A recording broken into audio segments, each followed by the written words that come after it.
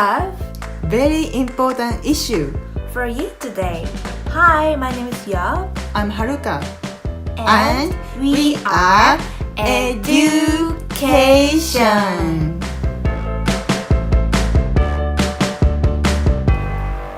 Hi Haruka, how's your feeling today? You look tired. Are you okay? Yes, I'm so tired because I'm too busy in these days. Yeah, but we are almost done school this semester. We may need food after this. Oh, but we need to be careful. For what? GMO food. It's very serious issue in the world now. Alright, I see that every time I go shopping for groceries. Do you know which company most relate to GMO? Monsanto? Correct. This is our topic today. Yes. You are researching case in Southern Africa, right? Yeah, Southern Africa. You did Argentina, right? Yes, I think we should let people know about Monsanto first. Yes, of course.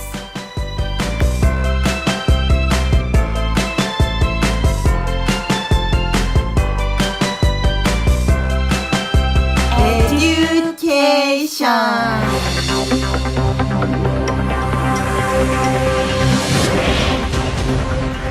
Monsanto is a multinational agricultural company that provides agricultural solutions such as seed development and biotechnology development.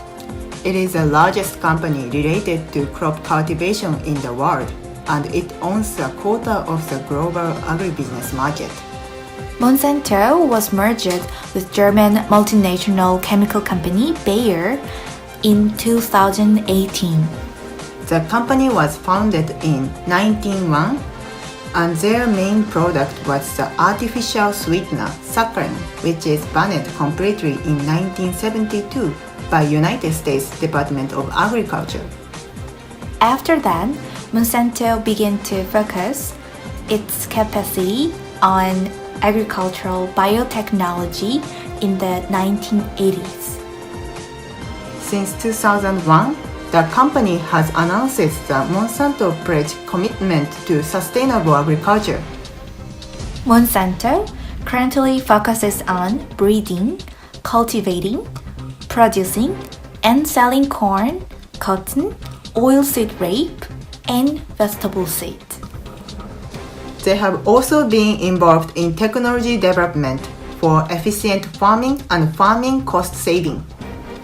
Monsanto, which owns 90% of the world's genetically modified food, is exporting genetically modified seeds to the world.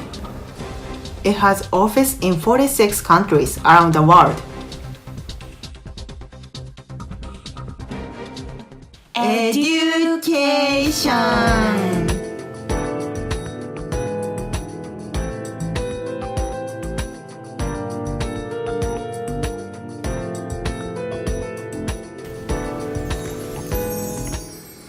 I will describe about political and economic relation with Monsanto in Argentina. Argentina is the third most growing GM foods in the world. In 2017, it is equal of 12.4% of GM crops are grown in the world. Argentina earned $127 billion after adoption GM crop cultivation in 1996. Other countries saw GM foods for negative image because it has a risk of health. However, a government of Argentina thinks GM foods for affirmative image because the crop's export amount will be more by using GM foods. According to Nawal, Argentina is an outlier in Latin America in terms of the lack of opposition it has encountered to the development of the technology, a fact which warrants explanation. Nawal urged unrivalated support of GM technology in Argentina contrasts with the experience of Mexico, Brazil, and Peru. So Argentina government's thinking of GMO is different from other countries.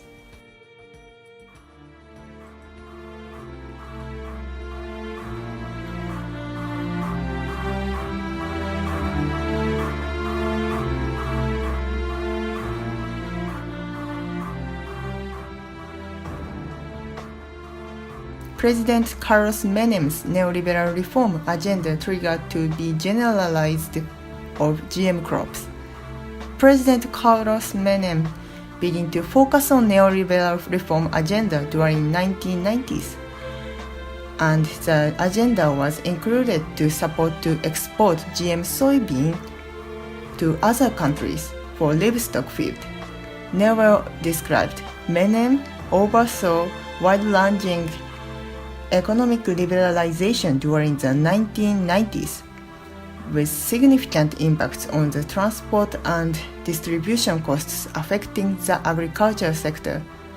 Menem focused to do export-driving model and supported to expand GM crops, because crops amount of export increased after GM crop is used generally in Argentina.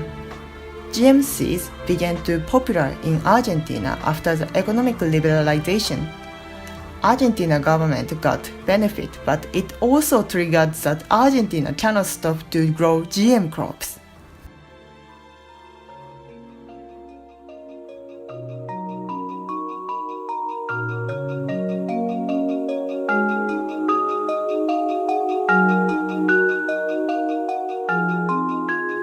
GM soya is Argentina's most extensive GM crop, comprising almost 90% of the 12 million hectares planted in 2001, and the amount is increasing.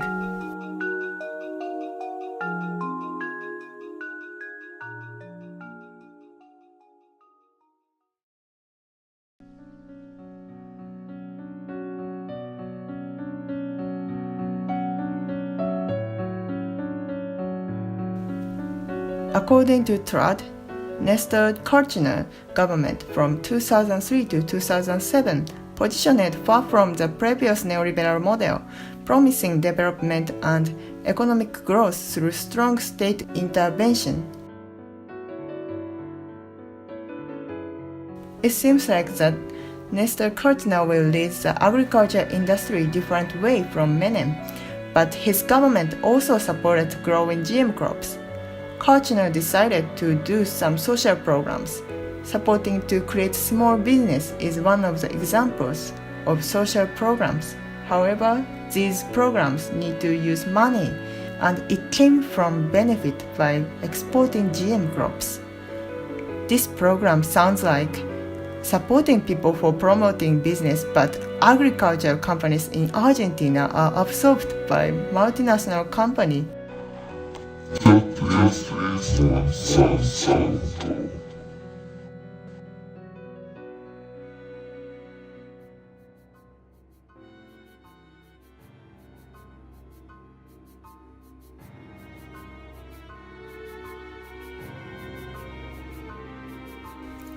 Nawal described national enterprises and their commercial lines were acquired in multinational companies, that is Monsanto, and licensing agreements signed which introduced GM technology to locally adapted varieties and hybrids.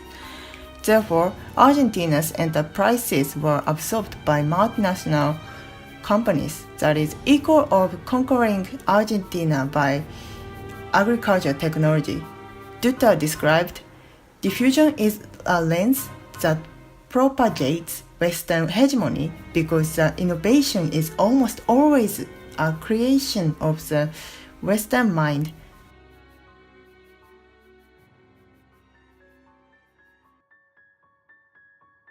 Nawal argued, Argentina's enterprises were absorbed by multinational companies, and it is equal of expanding Western hegemony by diffusing GMO to third world.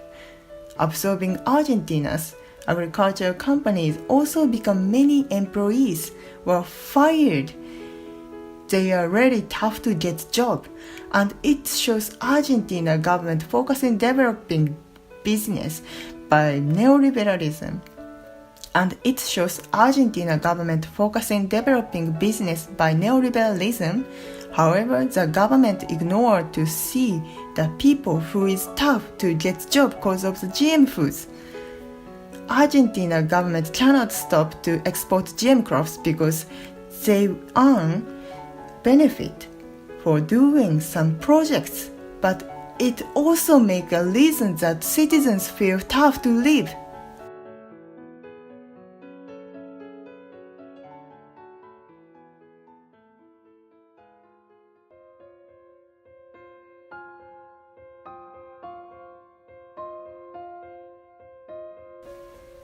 These history and issues show that Argentina government rely to the benefit by GM crops. However, serious health issues are occurring by growing GMO in a wide range. Argentina government and Surbaltern group's opinions are different.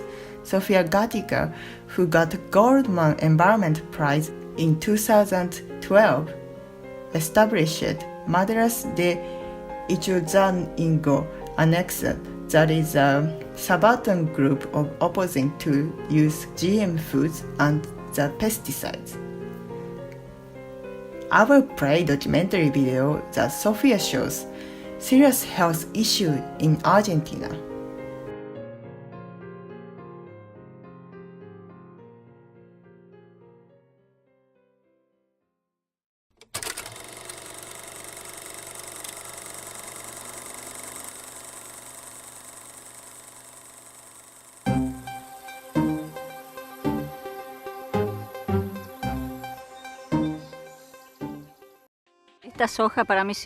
For me, these soybeans mean only destruction and death. At first, I didn't associate my daughter's illness with pesticide spraying. She was 3 days old when her kidneys failed. I felt horrible. And it was very hard on me. It's difficult for me to talk about losing my daughter.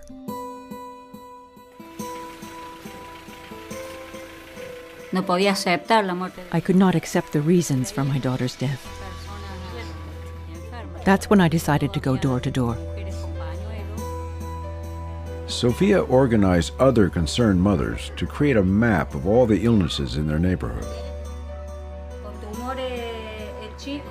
Their homegrown study revealed that the community's cancer rate was 41 times the national average. What happened in Ituzaingó is a hidden genocide because they poison you slowly and silently. With the study confirming their worst fears, the mothers launched a Stop Spraying campaign, leading demonstrations and educating the public about the dangers of agrochemicals. I started receiving phone calls threatening to kill my children. Then a man put a gun to my head and told me to stop messing with the soy. But I wasn't going to let them stop me.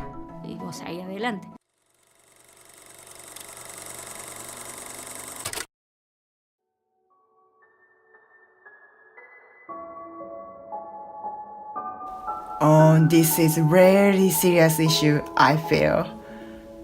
If I had a child, and the child was dead by the pesticide for GMO, I must depress and cannot forgive it.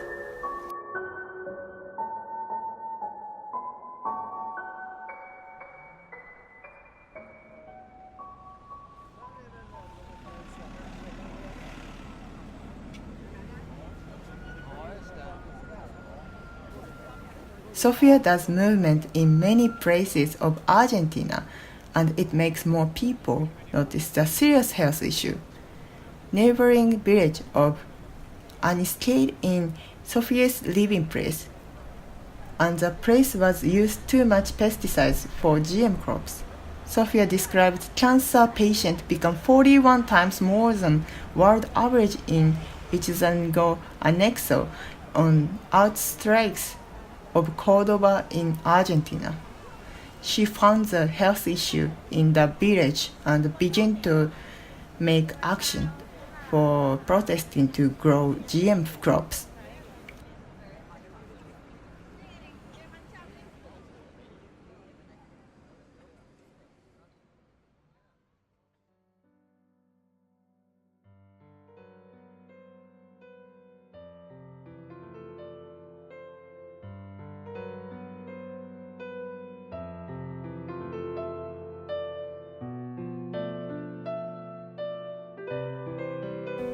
Sophia's neighbor made complaints denouncing the existence of disease, abortions and malformations attributed to the spraying pesticides.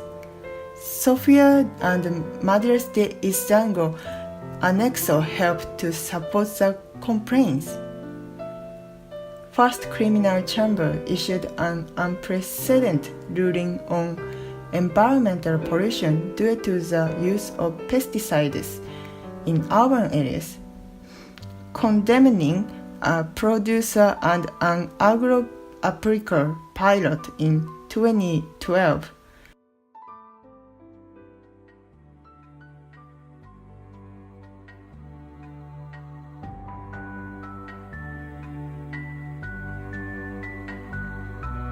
Sofia and Madres de Izango Anexo are taking actions for protecting citizens' health. The Surbaltern group has Facebook and some other SNS accounts, and the SNS connects members and people more strongly.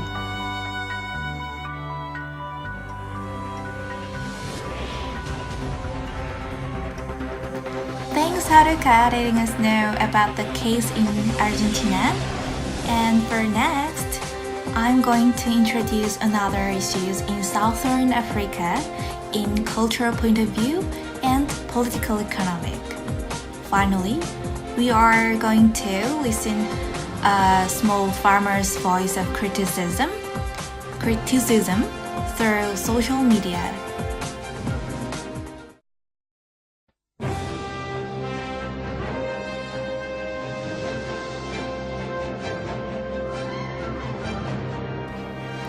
Cultural point of view.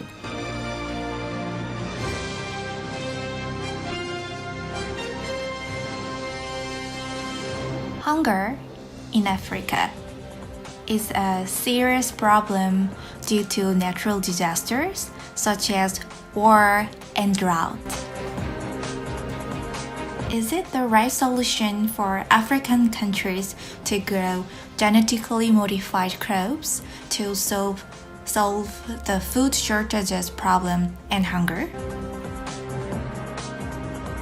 Countries in Southern Africa view it as an illegal act to grow GM crops developed by Monsanto. However, a decisive event took place in 2013 in Zambia.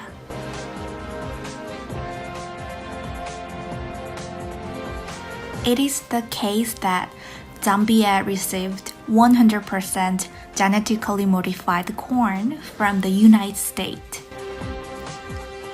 Corn is very important crop for Africans because the main food for most African is the corn. And the United States and Monsanto argue that GM crop will solve Africans' hunger problem.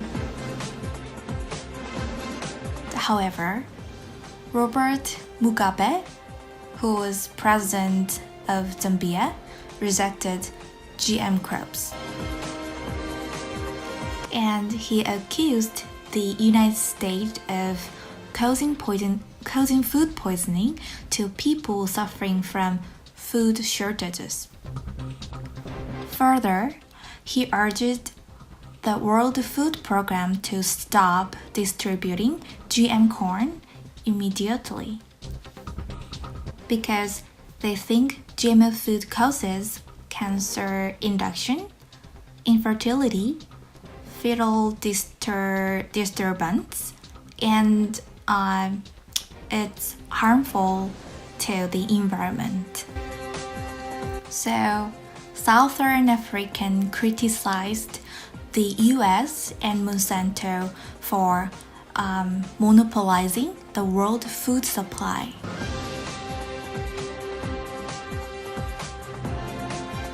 In fact, the US government was able to save as much corn on the market. However, only GMO corn was supplied to Southern Africa among surplus agriculture products. Therefore, the arguments of the Southern African side are logical. The Zambian Federation of National Farmers also claimed that Zambia should be kept as a producer of non-GMO crops and informed through media that GMO products have been rejected through cooperation with their government. Peasants and workers also pointed out not only health problems but also agriculture dependence.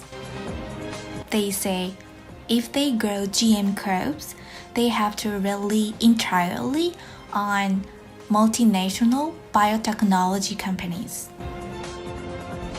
Monsanto and the US government have a neo-colonial attitude to fill their self-interest with an excuse to solve the problem of hunger in Southern Africa. The writer Mohan J. Dutta, who wrote the book Communication Social Change, said, neoliberal political and economic policies that lead to the displacement of subaltern populations from their natural resources fundamentally threaten subaltern health, perpetuating multiple forms of physical and structural violence at multiple levels.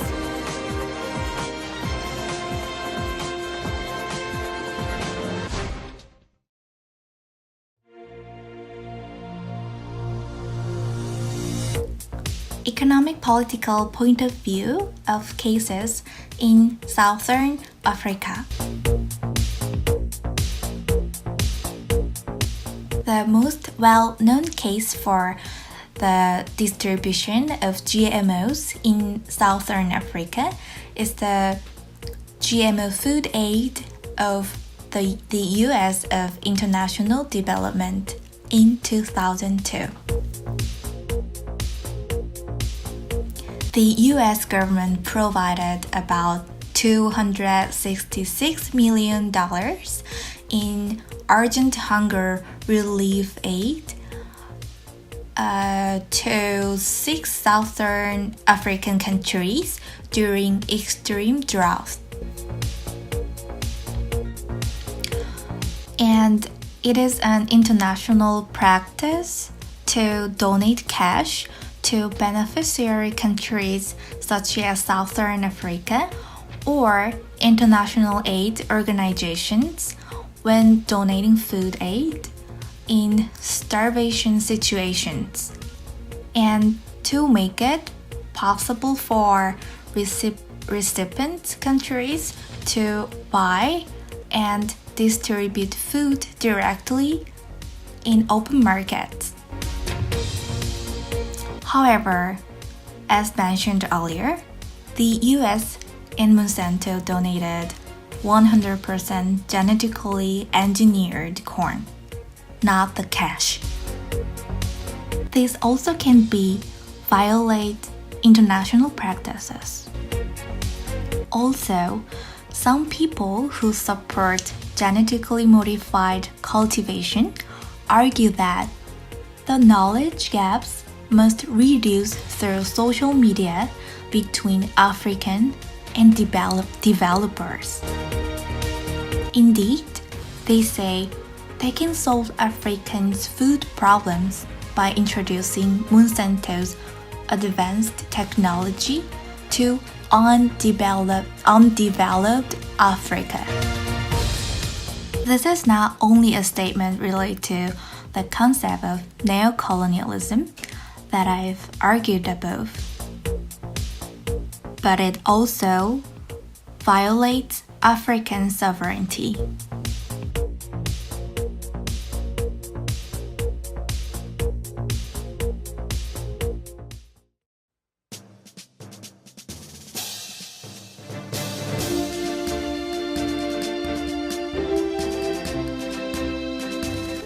Most African countries have refused to import GMOs until 2008 because of concerns that Africa could become neo-colonized. Among the countries, South Africa is the only country that has allowed genetically modified crops to be cultivated commercially. Because of it, hundreds of people protested the GM seeds in front of Monsanto's office in May 2013 in South Africa. South African people criticized Monsanto as a bad company that seeks to monopolize world food supplies despite GM food causing health and environmental harms. On the contrary, plant scientists and geneticists in South Africa and US argue that GM's opponents say rumors without evidence. Despite their excuses, the Surbaltern group is actively engaged in social movements through the media, such as news and social network services. They say most farmers don't have enough money to buy fertilizers or pesticides as well as common crosses, and most of farmers cannot save their crops because of money, and most of the crops are abandoned. Finally, we are going to listen a small farmer's claim in South Africa. She accuses of her difficulties through YouTube.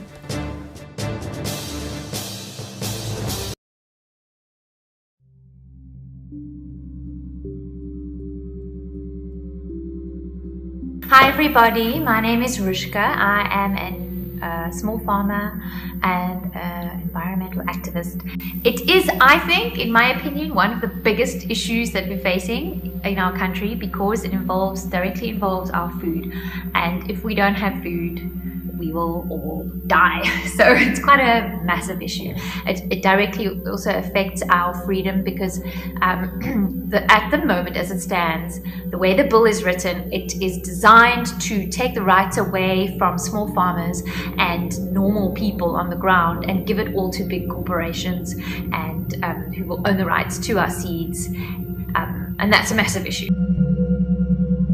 What's happening is there are two different bills, the Plant Improvement Act and the Plant Breeders Act. And as it stands, they have a variety list of different plants that are on the list, and those varieties are the only plants that people are allowed to farm commercially.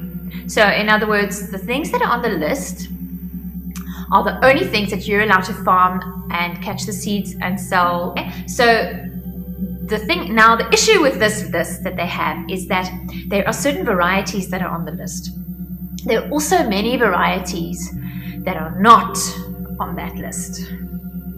And according to the Act, you're only allowed to farm and sell plants that are on the list. If you do it with plants that are not on the list, it's illegal. So if you're farming a variety that they might not have on the list, according to the Act, it's illegal. You can go to jail and you can be punished and fined for it. The other thing, well, it's an issue obviously because there are lots of varieties they might not know about. It's a lot of control of what you are and aren't allowed to sell. It's an issue because there are limited amounts of varieties on the list, and if people are only going to be selling and farming, because sometimes people want to make a living, so what they're going to do to be legal is they're going to only farm the things that are on the list. And what's going to happen to all the other varieties that are not on the list? They're probably going to go extinct because no one's farming them anymore. So we're going to have fewer and fewer and fewer varieties of plants, which is not a good thing, because 94% of our seed varieties are extinct within the last 100 years, and that's a lot that's extinct. And eventually, there are only going to be very few varieties left of plants, which is not really healthy and it's not really good for us to have. All of these rules, even what kind of a premises you must have, the rules are on the Act. You can read it. I'll post it up. And a lot of people can't, first of all, don't want to be told how to farm or how to put their seeds or what to put their seeds in or how many to sell, number one. And number two, what your premises must look like. A lot of people, I keep my seeds in my barn. Well, it's not even a barn, it's a stable, the small little stable. Lots of people, small farmers, don't even have a stable. So, it's unrealistic, the rules that they have for you if you want to be selling stuff that's on the list. And it's just ridiculous. Then, the words that they've used in there. If I want to give my granny some of my seeds, then I also have to abide by those regulations, which are you only allowed to have certain size packets, certain amount of seeds, all those rules. If I want to give her a big bucket of seeds, and it's more than what they have said on that list, then I'm breaking the law, basically.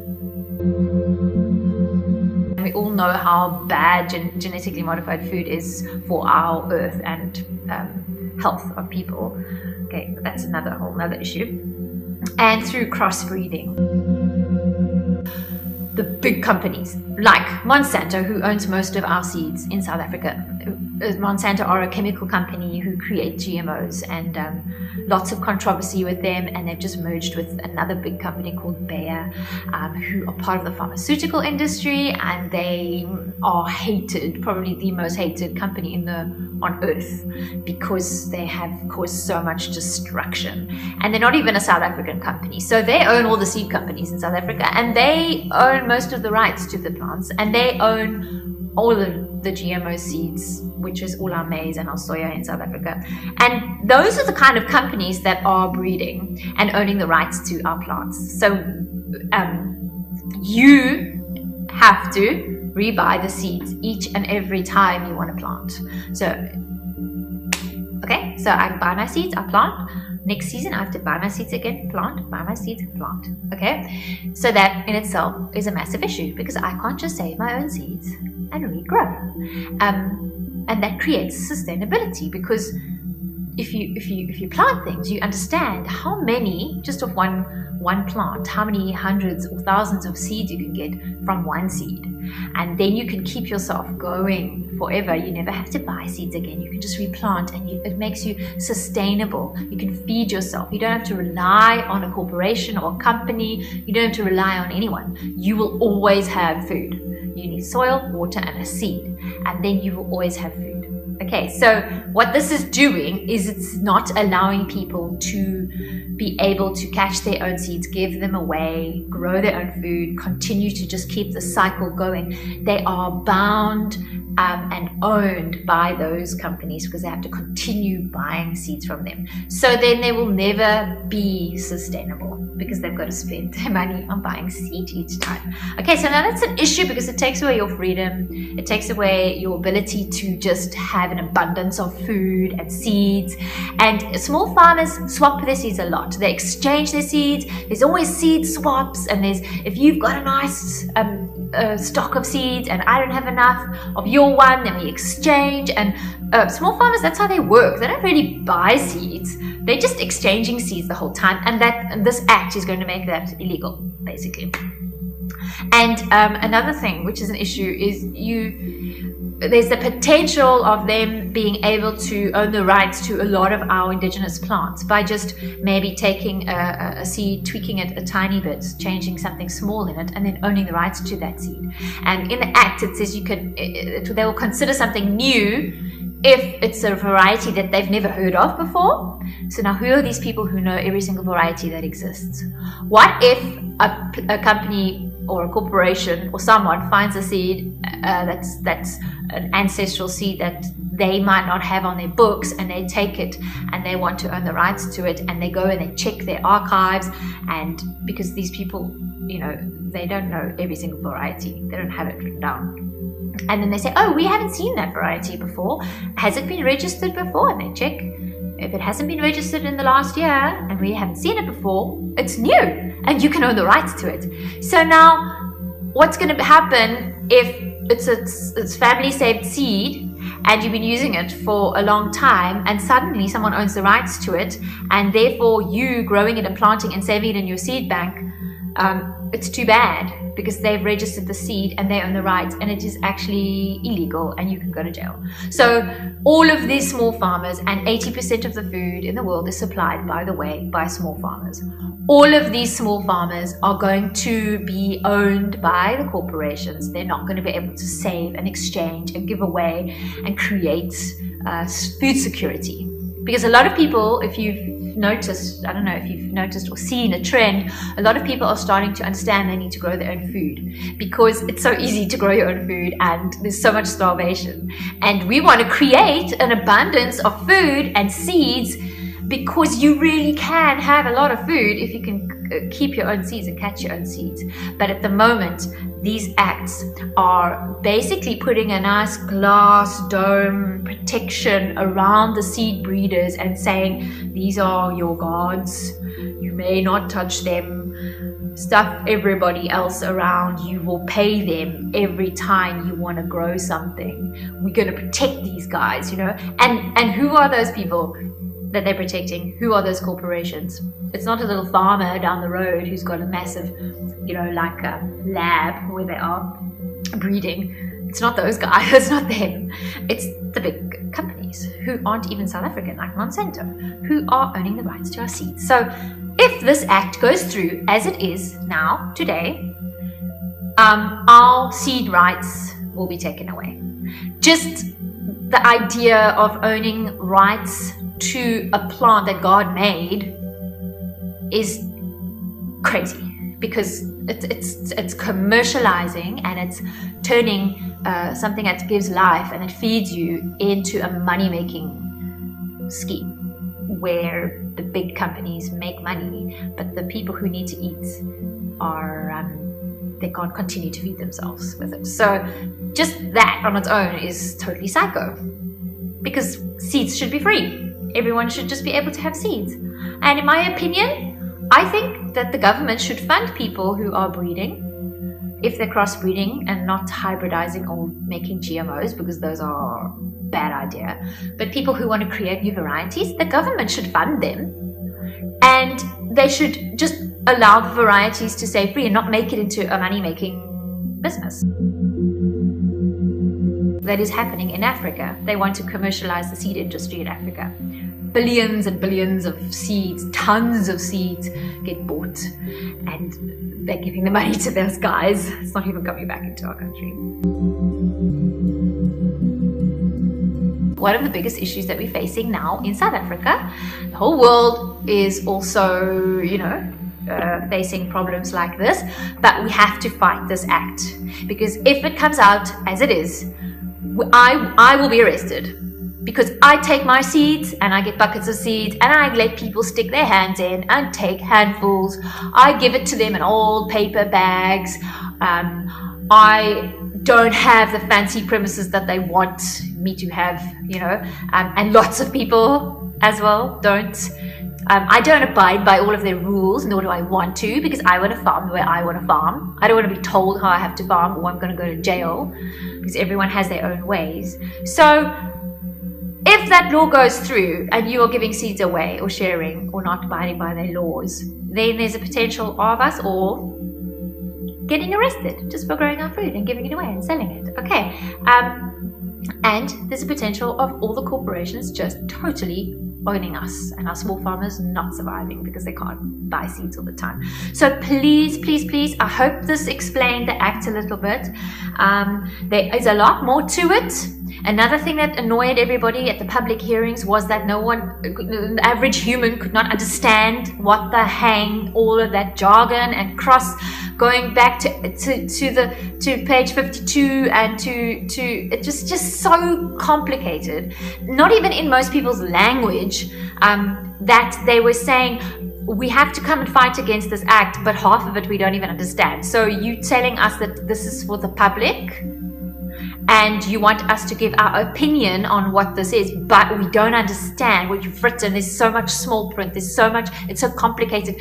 You could be signing away my whole life to these big companies and corporations and I wouldn't know because I don't understand what the act is. And that's why I'm kind of giving you an idea. But they also didn't advertise the public hearings well. We were on them. The African Center for Biodiversity found out. I phoned in the Eastern Cape, wouldn't let them stop until they told me where it was because they didn't advertise it. And if we hadn't been on them, we wouldn't have known. No one would have known there was even a public hearing happening because it wasn't advertised anywhere. So if we hadn't done that and then pitched up and put these points forward, they would have just written it off and voted it because they brought their own farmers in. And they would have just signed it off and passed it through like that. So that's why it was such a big deal to go to the public hearings and to actually put forward the problems with it. Otherwise, it just gets signed through. So what has to happen now is that by August, everyone has to write emails on what they disagree with in the act. And on this link is the email addresses that you can send your issues with the act to. Read through, there's a summary by the African Center for Biodiversity that is on this link. Read through it and see what issues that you find that you disagree with, and then write them an email, and you can CC the people there, and let's flood them with emails so that they know that we don't agree with this act. Because if they pass it as it is and enough people say that they object to the act, then by law they can't actually come and arrest us because we all objected to it and it wasn't democratic. Okay, so it's really important that you write an email, go and read through what there is there and formulate your own opinion on what it is that you disagree with and how it affects you in your life and will affect your children and the future generations, and send them an email and CC us. Okay, I hope that this has helped a little bit. I know it's long, but there's lots to say and not much, only a few of the issues were actually raised in there. Please share far and wide and let people know what is going on. I think that together we can actually really make a difference for seed freedom and our future generations in South Africa. Thanks for listening to me. Looking forward to making some changes with you in our country. Bye. Education.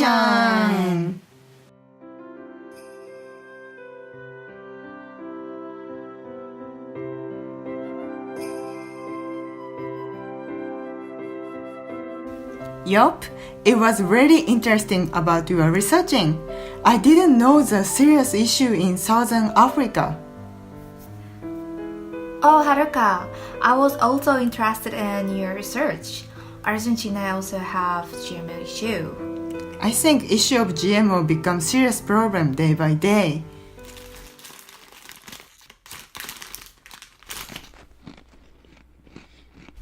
What's the brand of the cookie? This one. You didn't know that? The brand related to Monsanto's GMO. What? Seriously? I'm joking.